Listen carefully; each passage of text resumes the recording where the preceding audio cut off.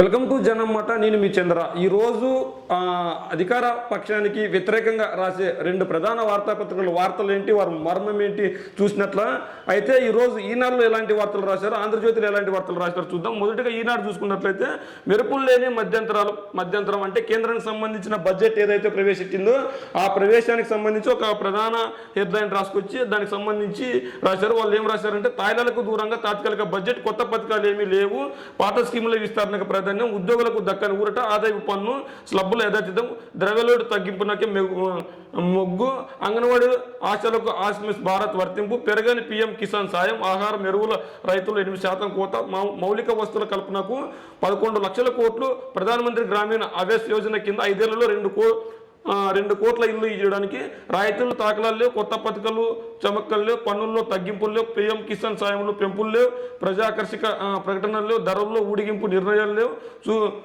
చూపిందంతా 10 ఏళ్ల ప్రగతి పథమే, వినిపించినంత వికాస్ భారత్ జపమే.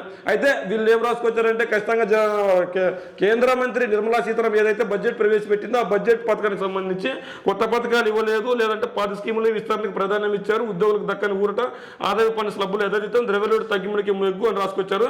అయితే ఇదే కేంద్రం మనకు ప్రత్యేక హోదా ఎందుకు ఇవ్వలేదు, ప్రత్యేక హోదా అంశాన్ని ఎందుకు ప్రవేశపెట్టలేదని ప్రశ్నిస్తూ ఒక వార్త రాసి ఉండొచ్చు కదా. మరి లేకుంటే ఆంధ్రప్రదేశ్కి సంబంధించి విభజన హామీల్లో ఇచ్చిన హామీలు ఎందుకు రాయలేదని కూడా ఒక వార్త రాసి ఉండొచ్చు కదా. అంటే కేవలం జగన్మోహన్ రెడ్డి గారు మాత్రమే కేంద్రాన్ని అడగాలి, కేవలం జగన్మోహన్ రెడ్డి గారు మాత్రమే ప్రత్యేక హోదా తీసుకొని రావాలి, కేవలం జగన్మోహన్ రెడ్డి గారు మాత్రమే ఈ రాష్ట్రంలో అధికారంలో ఉన్నాడు, కేవలం జగన్మోహన్ రెడ్డి గారు మాత్రమే సంక్షేమాలు అందించాలి, కేవలం జగన్మోహన్ రెడ్డి గారు మాత్రమే అభివృద్ధి చేయాలి, కేవలం జగన్మోహన్ రెడ్డి గారు మాత్రమే ఈ రాష్ట్రాన్ని ప్రగతి పథం పట్టించాలి, కేవలం జగన్మోహన్ రెడ్డి గారు మాత్రమే ఇవన్నీ చేయాలి. పోనీ ఇవన్నీ జగన్మోహన్ రెడ్డి గారు చేస్తే వీళ్ళందరూ ఆహ్వానిస్తారంటే ఆహ్వానించరు. ఎందుకు ఆహ్వానించారంటే వీళ్ళందరూ ఒకటే ఏడుపు.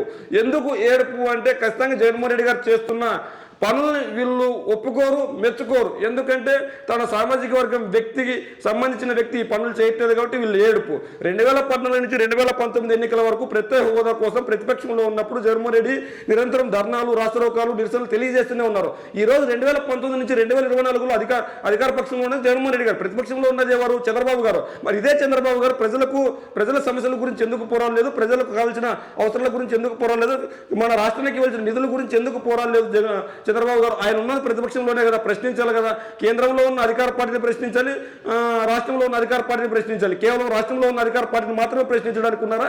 అంటే ఇక్కడ వీళ్ళ లబ్ధి ఏంటంటే మనకు కేంద్రంతో సఖ్యతగా ఉండాలి, కేంద్రాన్ని ఏమనకూడదు, కేంద్రాన్ని ఏమన్నంటే ఖచ్చితంగా సిబిఐ ఎంక్వైరీ చేస్తుంది, ఈడీ ఎంక్వైరీ చేస్తుంది, వీటి వల్ల తన ఇబ్బంది పడతాడు అన్న ఉద్దేశంతో మాత్రమే ఇలా ప్రశ్నించట్లేదంటే ఖచ్చితంగా ప్రశ్నించట్లేదు. ఈనాటికి ప్రత్యేక హోదా కోసం కావచ్చు, ప్రత్యేక నిధుల కోసం కావచ్చు, పోలవరం నిధుల కోసం కావచ్చు, ప్రతి ఒక్కదానికి పోరాడుతున్న నాయకుడు రాష్ట్రంలో ఎవరన్నా ఉన్నారంటే ఒక జగన్మోహన్ రెడ్డి గారు మాత్రమే అని చెప్పాలి. కానీ అవన్నీ కనిపించకుండా వీళ్ళు కేవలం ఒకరి లబ్ధి కోసం, ఒకరి మెప్పు కోసమే పనిచేస్తున్నారు తప్ప అంతకు మించి ఏం లేదు. ఇది ఏదైతే సార్వత్రిక ఎన్నికల నేపథ్యంలో సార్వత్రిక ఎన్నికల ముంగిట భారీ అంచనాల నడుమ కేంద్ర ప్రభుత్వం ప్రవేశపెట్టిన 2024-25 మధ్యంతర బడ్జెట్ సగటు జీవుని ఉసురమనిపించింది, పీఎం కిసాన్ ఉసురమనిపించిందని వీళ్ళు వార్త రాసుకొచ్చారు. అయితే ఏదేమైనప్పటికీ ఖచ్చితంగా వీళ్ళు ఎందుకు ఇలాంటి వార్త రాస్తున్నారు అంటే ఖచ్చితంగా ఎవరిని మెప్పించకూడదు, ఎవరిని ఇబ్బంది పెట్టకూడదు, కేవలం ఏదో ప్రేమ ఉన్నట్లు మాత్రమే వార్త రాశారు. మరి మన రాష్ట్రానికి రావాల్సిన నిధుల గురించి ఎందుకు రాయలేదంటే వీళ్ళు చెప్పరు. అదేవిధంగా బడ్జెట్ ఏవైతే ప్రవేశపెట్టిందో మొత్తం బడ్జెట్ మనం ఇక్కడ చూడవచ్చు, రౌండ్ ఫిగర్ 1 10 లక్షలు 47,65,728 రూపాయలు. అదేవిధంగా రెవెన్యూ వసూళ్లు 30,12,74. మళ్ళీ రెవెన్యూ వ్యయం 36,54,657. మూలధన వసూళ్లు 17,64,000 మూలధన వ్యయం. ఈ విధంగా రాసుకొచ్చారు అనమాట. అయితే ఏదేమైనప్పటికీ వీళ్ళు ఖచ్చితంగా కేంద్రానికి ఇబ్బంది కలగకూడదని వార్త రాసుకొచ్చారు, కానీ రాష్ట్రంపై ప్రేమ లేదని మనకి తేటతెల్లమవుతుంది. అదేవిధంగా దేశ భవిష్యత్తుకు గ్యారంటీ, బడ్జెట్లో జవాబుదారితనం, దార్శనికత లేవు, కార్గే కొత్త క్యారిడర్లు, సరికొత్త బోగీలు, వందే భారత్ స్థాయికి 40,000 సాధారణ కోచ్లు, ఈ విధంగా రాసుకొచ్చారు. అదేవిధంగా ఇక్కడ విలేకరుల సమావేశంలో మాట్లాడుతున్న అశ్విన్ వైద్య ఏపీకి సంబంధించిన ఒక వార్త రాశారు. ఈ బడ్జెట్కి సంబంధించిన దాంట్లోనే ఒక వార్త రాశారు. ఆ వార్త ఏందో ఒకసారి మనం చూద్దాం. ఖచ్చితంగా వీళ్ళు ఎటువంటి వార్త రాసింటారు ఏం కదా మనం చూసుకున్నట్లయితే ఒకసారి సెకండ్ పేజీలోకి వెళ్ళి ఫస్ట్ పేజీలోకి వెళ్ళి మనం చూద్దాం. వీళ్ళు ఎందుకు ఇలా రాస్తున్నారంటే జగన్మోహన్ రెడ్డి గారిని గద్దె దించడమే వీళ్ళ లక్ష్యం తప్ప ఇంకేమీ లేదు. నన్ను ఎందుకు ప్రశ్నిస్తున్నారు, ఏపీ ప్రభుత్వాన్ని అడగండి, రైల్వే జోన్ ఏర్పాటులో జాప్యంపై కేంద్ర మంత్రి అశ్విన్ వైష్ణవ్ వెల్లడి, 53 ఎకరాల రాష్ట్ర ప్రభుత్వం అప్పగించాల్సి ఉందని వ్యాఖ్య. అంటే ప్రత్యేక హోదా కావచ్చు, లేదంటే ప్రత్యేక రైల్వే జోన్ కావచ్చు, ఏదైనా ఇవ్వాల్సింది కేంద్రం. మరి ఏదైనా పవర్స్ కేంద్రానికి ఉంటాయి కానీ రాష్ట్రానికి ఉండవు. నన్ను ఎందుకు ప్రశ్నిస్తున్నారంటే మిమ్మల్ని ప్రశ్నించకూడదా, అంటే మిమ్మల్ని ప్రశ్నిస్తే ప్రశ్నలు దాటివేస్తారా, మీరు ఎందుకు ప్రత్యేక హోదా ఇవ్వలేదు, మీరు ఎందుకు పోలవరాన్ని పూర్తి చేయలేదు, విభజన హామీల్లో ఎందుకు నెరవేర్చలేదని విలేకరులు ప్రశ్నిస్తుంటే నన్ను ఎందుకు ప్రశ్నిస్తారని కూడా ఆయన మాట దాటివేశారు. అయితే ఇక్కడ ఒక విషయం, ఇక్కడ రాష్ట్రానికి సంబంధించి వార్తలు ఇక్కడ రాసుకొచ్చారు, మొత్తం రాష్ట్రానికి సంబంధించిన వార్తలు రాశారు. కింద పైనేమో కేంద్ర బడ్జెట్ రాశారు, కిందేమో ఇది నాదెండ్ల మనోహర్ ప్రెస్ మీట్ గురించి రాశారు. సజ్జలకే 140 కోట్లు, ప్రత్యేక సలహాదారులకు 680 కోట్లు వ్యయం, 29 మందికి అంత ప్రజాధనం వెచ్చించడం అవసరమా, జనసేన పిఏసీ చైర్మన్ నాదెండ్ల మనోహర్ ధ్వజం. ఇదే విషయానికి వద్దాం. జగన్మోహన్ రెడ్డి గారు ప్రతిపక్షంలో ఉన్నప్పుడు, అధికార పక్షంలో ఉన్న చంద్రబాబు గారు పోలవరం పేరుతో కావచ్చు, అమరావతి పేరుతో కావచ్చు, భూ స్కాములు కావచ్చు, ఆ భూ స్కాముల గురించి, పోలవరం నిధుల గురించి ఇదే నాదెండ్ల మనోహర్, ఇదే జనసేన అధినేత పవన్ కళ్యాణ్ ఎందుకు ప్రశ్నించట్లేదు అంటే వీళ్ళు కేవలం అధికార పార్టీ అయిన జగన్మోహన్ రెడ్డి గారిని మాత్రమే ప్రశ్నిస్తారు. పోయిన అధికార పార్టీని అయినా ప్రశ్నిస్తారంటే 2012 నుంచి 2019లో ప్రతిపక్షంలో ఉన్నప్పుడు కూడా జగన్మోహన్ రెడ్డి గారిని ప్రశ్నించేవారు. అదేంటో విడ్డూరం అర్థం కాదు. ఖచ్చితంగా వీళ్ళకి అధికారం కావాలంటే రాష్ట్రంలో ఉన్న 2 ప్రధాన పార్టీలని ప్రశ్నించి వీళ్ళు ఎదగాలి. కానీ అలా ఎదుర్కోకుండా కేవలం జగన్మోహన్ రెడ్డి గారిని టార్గెట్ చేసుకుంటున్నారు.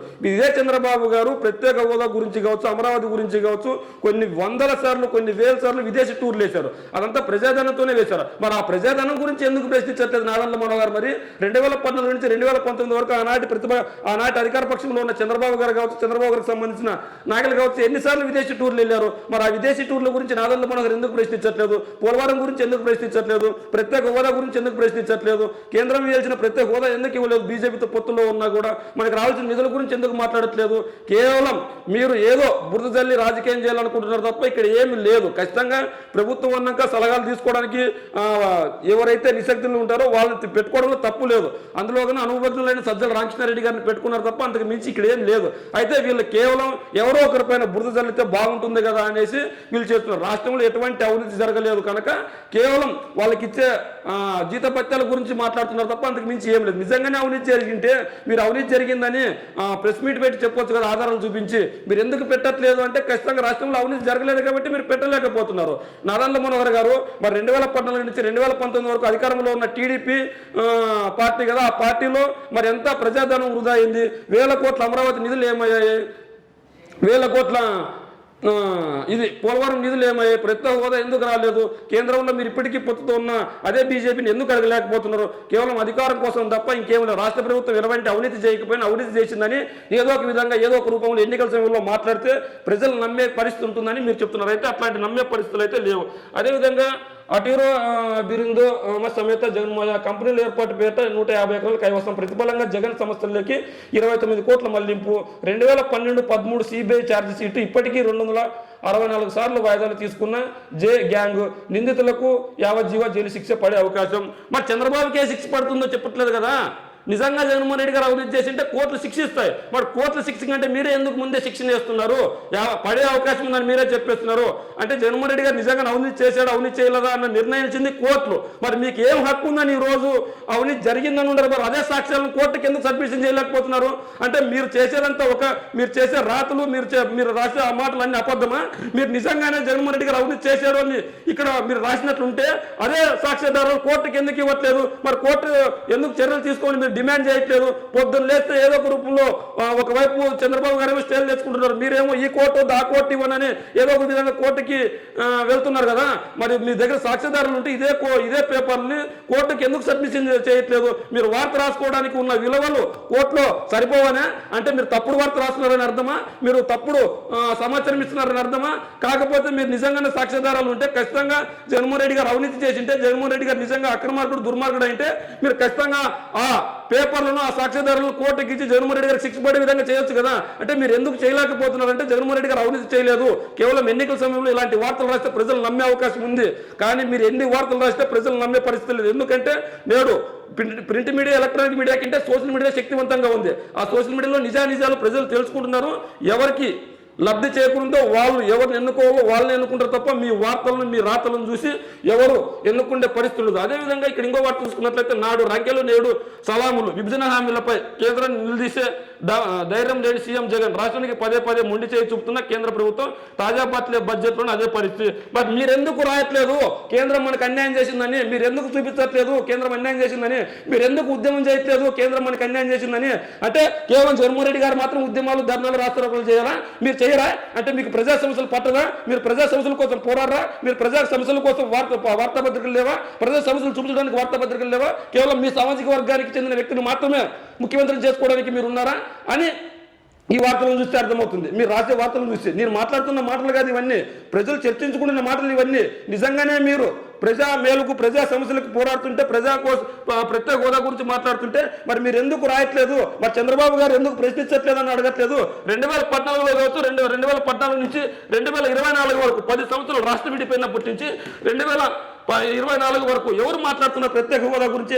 అధికారంలో ఉన్నప్పటికీ కేంద్రంతో ఇబ్బంది ఏర్పడుతుంది అన్నప్పటికీ, నిధులు రావన్నప్పటికీ ప్రత్యేక హోదా గురించి మాట్లాడే పార్టీ ఏదైనా ఉందంటే ఒక వైఎస్ఆర్సీపీ పార్టీ మాత్రమే ఉంది. ఎందుకు వైఎస్ఆర్సీపీ పార్టీ మాత్రమే ఉందంటే ఖచ్చితంగా ప్రత్యేక హోదా 2014 నుంచి 2019 వరకు అధికారంలో ఉన్న చంద్రబాబు గారు ప్రత్యేక హోదా వద్దు, ప్రత్యేక బ్యాగేజీ ముద్ద అని చెప్పారు. కాబట్టి ఈ రోజు జగన్మోహన్ రెడ్డి గారు ఆ రోజు మాట్లాడారు, ఈ రోజుకి మాట్లాడుతున్నారు. ఈ రోజు అధికారంలో ఉన్నారు, వాళ్ళ కేంద్రంలో ఖచ్చితంగా ఎంపీలు తక్కువ వచ్చింటే వాళ్ళ మెడలు వంచి మరి ప్రత్యేక హోదాను తీసుకొని వచ్చే నాయకుడు దమ్ము ధైర్యం మనకుండేది. ఈ రోజు వాళ్ళకి కావాల్సిన ఎంపీలు ఉన్నారు, మనం ఏం చేయలేకపోతున్నామని బాధపడుతున్నట్లు ఆయనే చెప్పుకొచ్చారు. మరి ఈ నేపథ్యంలో జగన్మోహన్ రెడ్డి గారు ఏదో ప్రత్యేక హోదాకు అన్యాయం చేశారు, ప్రత్యేక హోదా గురించి మాట్లాడట్లేదు అంటున్నారు. మరి చంద్రబాబు గారు ఎందుకు మాట్లాడట్లేదు? కేంద్రంలో కొత్తతో ఉన్న జనసేన ఎందుకు మాట్లాడట్లేదు? వాళ్ళు ప్రశ్నించరే మరి? అంటే వాళ్ళని ప్రశ్నిస్తే ఇబ్బంది ఏర్పడుతుందో మరి? కేవలం అంటే మీకు నచ్చిన వాళ్ళని మాత్రమే ప్రశ్నిస్తారా? మీకు నచ్చిన వాళ్ళని ప్రశ్నించరా? అంటే జర్నలిజం అన్నాక అందరినీ ప్రశ్నించాలి, అందరి గురించి రాయాలి, అంతేగాని ఏ ఒక్కరికో ఊడికం చేయడానికి ఇంకొకరికో చేయడానికి కాదు. ఇక్కడ నీటి విడుదల అధికారం బోర్డుకి అయితే ఏదైతే శ్రీశైలం సాగర్ల కింద 15 కాంపౌండ్ల కీలక మార్పు, అన్ని అప్పగింతలకు ఏపీ అంగీకారం, విద్యుత్ కేంద్రాల మీదుగా మిగిలిన వాటిపై తెలంగాణ సానుకూలత, 45 మంది సిబ్బందిని కేటాయించిన 2 రాష్ట్రాలు కృష్ణా బోర్డు త్రిసభ్య కమిటీ సమావేశంలో నిర్ణయం. ఏదైతే నీటి వివాదానికి సంబంధించిందో దాని గురించి వార్త రాసుకొచ్చారు. అయితే ఇక్కడ పక్క రాష్ట్రాలతో ఇరుగు పొరుగు వాళ్ళతో సఖ్యతగా ఉండాలి కాబట్టి ఆంధ్రప్రదేశ్ ప్రభుత్వం మనకు రావాల్సిన నిధుల కోసం నీళ్ళ కోసం పోరాడుతూనే వాళ్ళకి సఖ్యతగా ముందుకెళ్తుంది. ఎందుకంటే ఎటువంటి సమస్యలు రాకూడదని ఈ వార్త రాసుకొచ్చారు. అదేవిధంగా పూర్తి వివరాల్లోకి వెళ్తే ఖచ్చితంగా మనకి నెగిటివ్గానే ఉంటుంది. అయితే వీళ్ళు ఏం రాసినా కూడా ఇక్కడ మళ్ళీ బడ్జెట్ సమావేశాల గురించి రాశారు. ఏదైతే 5వ తేదీ నుంచి బడ్జెట్ సమావేశాలు ఉన్నాయో ఆ ఏపీలో దాని గురించి రాశారు. 3 లేదా 5 రోజుల పాటు సమావేశాలు 7వ ఓటర్న అకౌంట్ బడ్జెట్ ప్రవేశపెట్టే అవకాశం ఉంది. రాష్ట్ర అసెంబ్లీ సమావేశాలు ఈ నెల 5వ తేదీ నుంచి ప్రారంభం కానున్నాయి. తొలి రోజున ఉదయం 10 గంటలకు ఉదయ సభల మధ్య నుంచి గవర్నర్ ప్రసంగిస్తారు. ఆయన ప్రసంగం ముగిశాక శాసనసభ వ్యవహారాల సలహా కమిటీ భేటీ అయ్యి సమావేశాల ఎజెండాను ఖరారు చేయనున్నది. సభను 3 రోజుల పాటు నిర్వహించేందుకు ప్రభుత్వం ప్రాథమికంగా నిర్ణయించినట్లు ఒక వార్త రాసుకొచ్చారు. ఏదైతే ఓటర్న అకౌంట్ ప్రవేశపెట్టాలో ఆ అకౌంట్ గురించి వీళ్ళు వార్త రాసుకొచ్చారు. అదేవిధంగా ఇప్పుడు ఈనాడు వార్తల గురించి చదివాము. అదేవిధంగా ఆంధ్రజ్యోతిలో ఎలాంటి వార్తలు రాసుకొచ్చిందంటే సేమ్ వరాలు వార్తలు లేకుండానే ఓట్ల ఆటకు ఏదైతే కేంద్రం ప్రవేశపెట్టిన బడ్జెట్ గురించి రాసుకొచ్చారు. బడ్జెట్ ప్రసంగంలోనూ గెలుపుపై ధీమా, 10 ఏళ్ళు పెరిగితే గెలిపిస్తుందని నిర్మల ఉద్ఘాటన. ఏదైతే జగన్మోహన్ వాళ్ళు 10 ఏళ్ళు చేశారో దాని గురించే వాళ్ళు ఎక్కువగా మాట్లాడినట్లు మనకు తెలుస్తుంది. మూలధన 11 చేసుకున్నారు. అదేవిధంగా 11 కోట్లు 1.1% పెంపు. రాష్ట్రాలకు మొత్తం బడ్జెట్ 47,65,768. మూలధన పన్ను ఆదాయం 26,1574 కోట్లు. అప్పులు 16,85,494 కోట్లు. రుణ బడ్జెట్ 6 లక్షల కోట్లు. Railway budget 2,50,300. అంటే ఈ విధంగా రాసుకొచ్చింది. భవిష్యత్ భావితరపై బంగారు కళలు మోదీ సర్కార్. మధ్యంతర బడ్జెట్ మౌలిక రంగానికి పెద్దపీట. మధ్యతరగతి ఇళ్లకు కొత్త ఆవేశ యోజన కింద మరి 2 కోట్ల ఇల్లు, 300 యూనిట్ల వరకు ఉచిత సోలార్. రైల్వేలు ఇంధన మినరల్ సిమెంట్కు భారీ ఆర్డర్లు. వందే భారత్ స్థాయి మరో 40,000 బోగీలు. 1000కి పైగా విమానాలు కొనుగోలుకు ఆర్డర్లు. ఈ విధంగా అయితే కేంద్రం ఏదైతే ప్రవేశపెట్టిందో ఆ బడ్జెట్ గురించి రాసుకొచ్చారు. అదేవిధంగా రాష్ట్రానికి సంబంధించి ఏలూరు జిల్లా పాలగొడల సిద్ధం సభ వద్ద పూడ్చివేస్తున్న పంట కాలువ. ఇక్కడ సిద్ధం సభ ఇక్కడ ఏర్పాటు చేస్తున్నారు. సిద్ధం సభ ఇక్కడ ఏర్పాటు చేస్తున్నప్పుడు పంట కాలువ అక్కడికి భారీ ఎత్తున జనాలు వస్తారు కాబట్టి ఆ జనాలకి ఇబ్బంది కలగకూడదు. ఒకవేళ ఆ పంట కాలువ కానీ అక్కడ ఉంటే ఆ జనాలు తొక్కిసలాటలో కానీ నూకులాటలో కానీ ఒకరొకరు తోసుకున్నప్పుడు కానీ ఆ పంట కాలువలోకి పడి మరణించే అవకాశం ఉంది కాబట్టి అక్కడ చేస్తున్నారు. ఇదే విధంగా ఎప్పుడైనా ఏ పార్టీ అయినా, అది వైఎస్ఆర్సీపీనా టీడీపీనా జనసేన అని కాదు, ప్రభుత్వ కళాశాలల్లో ప్రభుత్వ స్కూళ్ళలో మీటింగ్లు ఏర్పాటు చేస్తారు. ఎందుకు అంటే అక్కడ విశాలమైన గ్రౌండ్స్ ఉంటాయి కాబట్టి. ఆ గ్రౌండ్స్ నేపథ్యంలో వాళ్ళు ఏదైతే విద్యార్థులు వెళ్ళే గేట్ కాకుండా నిర్బంధనంగా ఒక గోడ కూలగొడతారు. ఆ గోడ ఎందుకు కూలగొడతారంటే తర్వాత ఆ గోడను తిరిగి పునర్నిర్మిస్తాం మేము ప్రస్తుతానికి రాకపోకలకు అనుకూలంగా ఉంటున్నాం కానీ ఆ గోడని కూలగొట్టి ఆ సభను సక్రమంగా విజయవంతంగా చేసుకోవడానికి, అదేవిధంగా కాలేజ్ విద్యార్థులకు కావచ్చు స్కూల్ విద్యార్థులకు కావచ్చు ఎటువంటి ఇబ్బంది కలగకుండా ఆ నిర్ణయాలు తీసుకుంటారు. దాన్ని ఎవరు వ్యతిరేకించరు. ఎందుకంటే వాళ్ళ మళ్ళా ఎవరైతే మీటింగ్ పెట్టుకుంటారో ఆ మీటింగ్ పెట్టుకున్న వల్ల గోడను పూర్తిగా నిర్మించి తిరిగి ఇస్తారు కాబట్టి. ఇదే నేపథ్యంలో వైఎస్ఆర్ కాంగ్రెస్ పార్టీ సిద్ధం పేరుతో అక్కడ వేస్తున్నారు. ఆ నేపథ్యంలో అక్కడ ఖచ్చితంగా ఒక 2 రోజులు ఆ సభ ఉంటుంది, లేదా 2 రోజులు ఆ సభ ఏర్పాట్లు చేస్తారు. ఇంకా పంటకాలం కూడా పూడ్చలేదు. ఏదైతే వీళ్ళు అనుకున్నట్లు పూర్తిగా పూడ్చే సమయం ఎప్పుడు వస్తుందంటే మీటింగ్ ఏర్పడేటప్పుడు పూడ్చవచ్చు. అది కూడా ఎందుకు, సభకు వచ్చిన ప్రజలకు ఇబ్బంది కలగకూడదు, సభకు వచ్చిన ప్రజలు పంట కలువలో పడకూడదు అని ముందస్తు జాగ్రత్తలుగా ఈ చర్యలు తీసుకుంటుంటే తీసుకోవచ్చు. మరి కాలమైనా పూడ్చారంటే మరి ఇక్కడ దాకా వేసి ఇక్కడ పైన అంతా ఎందుకు వేయలేదంటే ఖచ్చితంగా వాళ్ళు ఇక్కడ దాకా వేసుకున్నారు, పూడ్చల్లా వద్దని ఇంకా నిర్ణయించలేదు. అయితే పంటకాలు పూడ్చకపోయినా ఖచ్చితంగా పూడిస్తే మాత్రం ప్రజలకు ఇబ్బంది కలగకుండా అక్కడ ఎటువంటి అవాంఛనీయ సంఘటనలు జరగకుండా చూడడానికే. ఇదే చంద్రబాబు గారు సంక్రాంతి పేరుతో కావచ్చు, నెల్లూరు సభలో కావచ్చు, మిగిలిన గత పరిపాలనలో గోదావరి పుష్కరాల్లో కావచ్చు ముందస్తు చర్యలు తీసుకోలేదు కాబట్టి పెద్ద ఎత్తున జనాలు తొక్కిసలాటి కొన్ని ప్రాణాలు కోల్పోవాల్సి వచ్చింది. అలాంటి ప్రాణాలు కోల్పోకూడదని వైఎస్ఆర్ కాంగ్రెస్ పార్టీ ముందస్తు చర్యలుగా ఈ నిర్ణయాన్ని తీసుకుంటుంది. ఎందుకు అంటే ఆ కాలంలో ఏదైనా జరగరాని సంఘటన జరిగి అక్కడ పడితే ఖచ్చితంగా తొక్కిసలాటలో చనిపోయే అవకాశం ఉంటుంది. ఆ చనిపోకూడదని ముందస్తు చర్యల్లో భాగంగా ఈ చర్యలు తీసుకుంటున్నారు. కానీ వీళ్ళేమో అన్యాయం అయిపోతుంది, అక్రమాలు అయిపోతున్న దౌర్జన్యాలు ఇట్లా వార్తలు రాసేస్తున్నారు. అదేవిధంగా సభ కోసం పచ్చని చెట్లు నరికివేత, 2000 ఎకరాలకు నీరిచ్చే కెనాల్ పూడ్చివేత. మరి కెనాల్ పూడ్చివేత నిజంగానే జరిగింటే రైతులు ఎందుకు వ్యతిరేకించట్లేదు?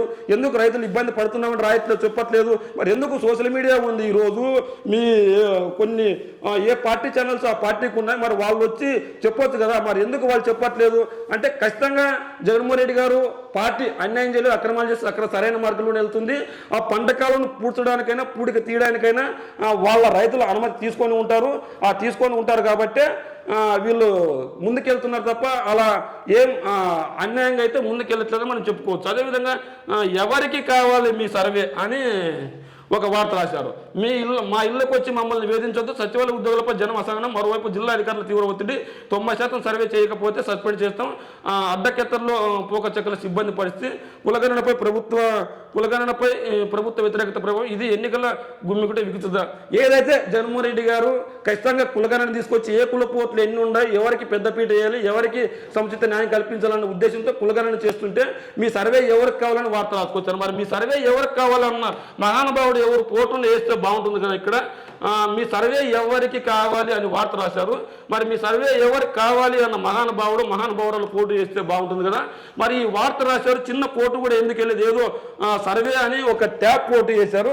మరి ఇక్కడ వాళ్ళ కోటు ఇక్కడ వేయొచ్చు కదా, ఇక్కడ ఖాళీనే ఉంది కదా ప్లేస్. మరి ఈ ఖాళీలో ఆ అన్న వారి మాటలు వేయొచ్చు కదా, ఎందుకు మాట్లాడట్లేదంటే ఇక టీడీపీ వాళ్ళు కోటు వేయడానికి కూడా వీళ్ళు భయపడతారు వాళ్ళతో, ఎందుకంటే కులగణనకి వాళ్ళ వ్యతిరేకం అన్న ముందుకు వెళ్ళిపోతుంది. ఇక్కడ వైసీపీ వాళ్ళు కోటు వేస్తేనేమో వీళ్ళని ఈడ్చిడ్చి కొడతారు, మా కోటు ఎందుకు వేసారా మేము ఎక్కడ వ్యతిరేకించామని. మరి పోనీ న్యూట్రల్ ఓటర్లు ఉంటారు కదా, మా న్యూట్రల్ ఓటర్లు కోటు అని వేయచ్చు కదా వ్యతిరేకించిన వాళ్ళవి. ఇక్కడ మనం నిజంగా ఏమనట్లేదు కానీ ఎవరైతే వ్యతిరేకించారో వాళ్ళ కోటు వేయచ్చు కదా, వ్యతిరేకించిన వాళ్ళ కోటు వేయచ్చు కదా. మరి ఎవరికి కావాలి మీ సర్వే అని మీరు వార్త అయితే రాశారు.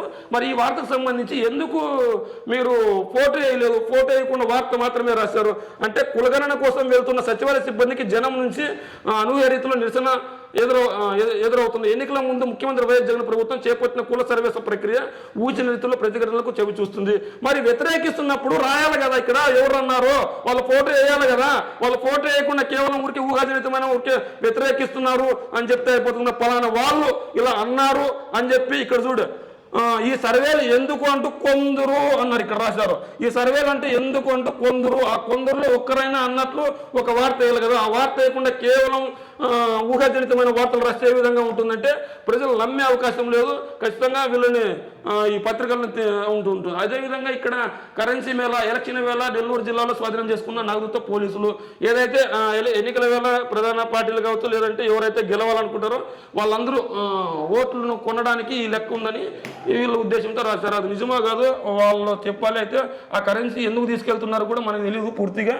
అయితే ఇక్కడ ఒకే రోజు వేరు చోట్ల 12 కోట్ల పట్టివేత, నెల్లూరు జిల్లాలో 7 కోట్లు, తిరుపతిలో 5 కోట్లు, భీమవరంలో 6 కేజీల బంగారు స్వాధీనం, 14 మంది అరెస్ట్. అంటే ఈ లెక్క ఎవరైతే తరలిస్తున్నారో ఆ లెక్కకు సంబంధించి వార్త ఇది.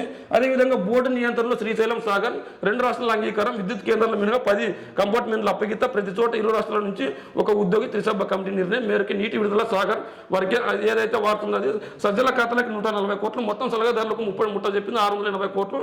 ఏ అర్హత ఈ పదవులు ఇచ్చారు, ఏ పద్దు కింద ఈ జీత భత్యాలు, వీళ్ళకి ఏం అర్హత ఉండాలి? ఖచ్చితంగా సజ్జల రామకృష్ణారెడ్డి గారు సీనియర్ జర్నలిస్టు, రాష్ట్రంలో కావచ్చు, ఉమ్మడి రాష్ట్రంలో కావచ్చు, విడిపోయిన రాష్ట్రంలో కావచ్చు, ఆయనకు పూర్తి అవగాహన ఉంది. ఆ అర్హత చాలదా ఇంకా ఆయనకు? ఇంకా ఏం అర్హత కావాలి ఆయనకి? అంటే మీకు సంబంధించిన వాళ్ళకి ఇస్తే ఓకే, అంటే మీకు సంబంధించిన వాళ్ళు అవతల వ్యక్తి అర్హత ఉన్నా కూడా ఇప్పుడు 680 కోట్లు వృధా అని రాశారే చెప్పేవే నాదర్ల మనోహర్ గారు. ఇదే తెలుగుదేశం పార్టీ విదేశాల పేరుతో ఎన్ని కోట్లు వృధా చేసిందో దాని గురించి ఎందుకు చెప్పట్లేదు? అదేవిధంగా అచ్చెన్నపల్లి ఛార్జీకి గవర్నర్ అనుమతి తీసుకున్నారా? సెక్షన్ 19 ప్రకారం అది తప్పనిసరి. ఈఎస్ఐ కేసులో ఏసీబీ పోర్టు స్పష్టీకరణ, అనుమతి అక్కర్లేదని ప్రభుత్వ న్యాయవాదులు, అలా సుప్రీంకోర్టు తీర్పులుంటే సమర్పించాలని న్యాయవాది ఆదేశం. వైసీపీ నేతలకు హైకోర్టు షాక్, నిందితులపై కేసు కొట్టేసేందుకు నిరాకరణ, రాష్ట్ర వ్యాప్తంగా సంచలనం సృష్టించిన సీతానగరం పోలీస్ స్టేషన్ ఘటన. ఏదైతే వీళ్ళు వార్త రాస్తున్నారో మరి ఈ వార్తల్లో నిజం ఎంత ఉంది, నిజం ఎంత లేదు అన్నది ప్రజలు నిర్ణయిస్తారు, కోర్టులు నిర్ణయిస్తాయి. మరి ప్రభుత్వానికి షాక్ అని ఏమన్నా తీర్పిచ్చిందంటే లేదు. కేవలం వీళ్ళు ఏదో ఒక వార్త రాయాలి కాబట్టి రాస్తున్నారు తప్ప అంతకు మించి ఏం లేదు. ఇక్కడ గవర్నర్ మధ్య తీసుకున్నారా అని క్వశ్చన్ మార్క్ పెట్టారు. అంటే మరి గవర్నర్ గారు వీళ్ళకి చెప్పారా లేదా? మరి గవర్నర్ గారు ప్రెస్ మీట్ పెట్టి ఇలా అన్నట్లు గవర్నర్ గారు ఏమన్నా చెప్పారా అంటే అది గవర్నర్ గారిని అడగాలి. కేవలం వీళ్ళు వార్తలు రాయడానికే ప్రాధాన్యత ఇస్తున్నారు తప్ప అందులో నిజం ఎంత ఉందనేది మనకు తెలియదు. అదేవిధంగా ఈ జోన్కి 53 ఎకరాలు ఇవ్వలేరు కానీ రాజధాని చేస్తారంట. ఋషికొండకు గుండు కొట్టి 450 కోట్లతో విలాసాల ప్యాలెస్. ఆ ప్యాలెస్లు ఎందుకు కట్టారంటే ఖచ్చితంగా రాజధాని ఏదైతే జగన్మోహన్ రెడ్డి గారు ప్రవేశపెట్టారో ఆ రాజధానికి సంబంధించి కొన్ని భవంతులు కడుతుంటే దానిలో కూడా తప్పుడు వార్తలు రాస్తున్నారు. మరి జగన్మోహన్ రెడ్డి గారు రాజధాని కడుతుంటే ఎందుకు ఒక రాజధాని ముద్దు 3 రాజధానులు వద్దు అని కోర్టుకు వెళ్ళి స్టేలు తెచ్చుకున్నారు చంద్రబాబు గారు? లేదంటే టీడీపీ నాయకులు ఎవరైతే ఉన్నారో వాళ్ళు మీరు 3 రాజధానులను వ్యతిరేకిస్తున్నారని చెప్తున్నారు. మాకు మీకు తగిన శాస్తి వచ్చే ఎన్నికల్లో ప్రజలు నిర్ణయిస్తారు. ఎందుకంటే ఖచ్చితంగా ప్రజలకు ఒక రాజధాని వద్దు 3 రాజధానులు కావాలి. ఎందుకంటే ఉత్తరాంధ్ర డెవలప్మెంట్ చెందాలి, రాయలసీమ డెవలప్మెంట్ చెందాలి. అదేవిధంగా ఏదైతే మధ్యాంధ్ర ఉందో అది కూడా డెవలప్మెంట్ చెందాలని అందరి కాంక్ష. కానీ విశాఖలో దోచుకున్న భూములు 53 ఎకరాలు 10వ వంతైనా కాదు. వారంలో భూములు ఇస్తే మర్నాడే శంకుస్థాపన చేస్తున్న కేంద్రం, ఆయన పట్టణ రాష్ట్ర ప్రభుత్వం. ఇదంతా ఎలా ఉందంటే కేవలం జగన్మోహన్ రెడ్డి గారిపై బురద జల్లడానికి ప్రయత్నిస్తున్నారు తప్ప అంతకు మించి ఏం లేదనిపిస్తుంది. ఎందుకు బురద జల్లడానికి ప్రయత్నిస్తున్నారంటే వచ్చే ఎన్నికల్లో ఎలాగైనా తన సామాజిక వర్గం వ్యక్తిని ముఖ్యమంత్రిని చేసుకొని జగన్మోహన్ రెడ్డి గారిని దించేయాలన్న ఉద్దేశం తప్ప అంతకు మించి వీళ్ళకి ఏమీ లేదు. ఖచ్చితంగా ఈరోజు ఈనాడు ఆంధ్రజ్యోతి వార్తలు తీసుకున్నట్లయితే ఖచ్చితంగా ప్రత్యేక హోదా గురించి కావచ్చు, ప్రత్యేక మన రైల్వే జోన్ కావచ్చు, లేదంటే మన పోలవరం గురించి కావచ్చు, ఇవన్నీ తాకట్టు పెట్టింది మొదటిగా చంద్రబాబు గారు. ప్రశ్నించాల్సింటే ప్రధానంగా ప్రశ్నించాల్సింది చంద్రబాబు గారిని, జగన్ గారిని కాదు. మరి కేవలం చంద్రబాబు గారిని ప్రశ్నించకుండా జగన్ గారిని ఎందుకు ప్రశ్నిస్తున్నారంటే చంద్రబాబు గారి పైన ఇలాంటి ప్రశ్నలు వేస్తే కానీ వచ్చే ఎన్నికల్లో కొన్ని చోట్లైనా గెలిచే పరిస్థితి ఉండదు. ఇదే విధంగా వీళ్ళు రాస్తున్నారు తప్ప అంతకు మించి ఏం లేదు. మరి ఏదేమైనప్పటికీ ఈనాడు ఆంధ్రజ్యోతి వార్తలు అయితే మనం ఇప్పటి వరకు చూసాం. మరి ఈ వార్తల్లో నిజం ఎంత ఉందో మీ కామెంట్ రూపంలో తెలియజేయండి.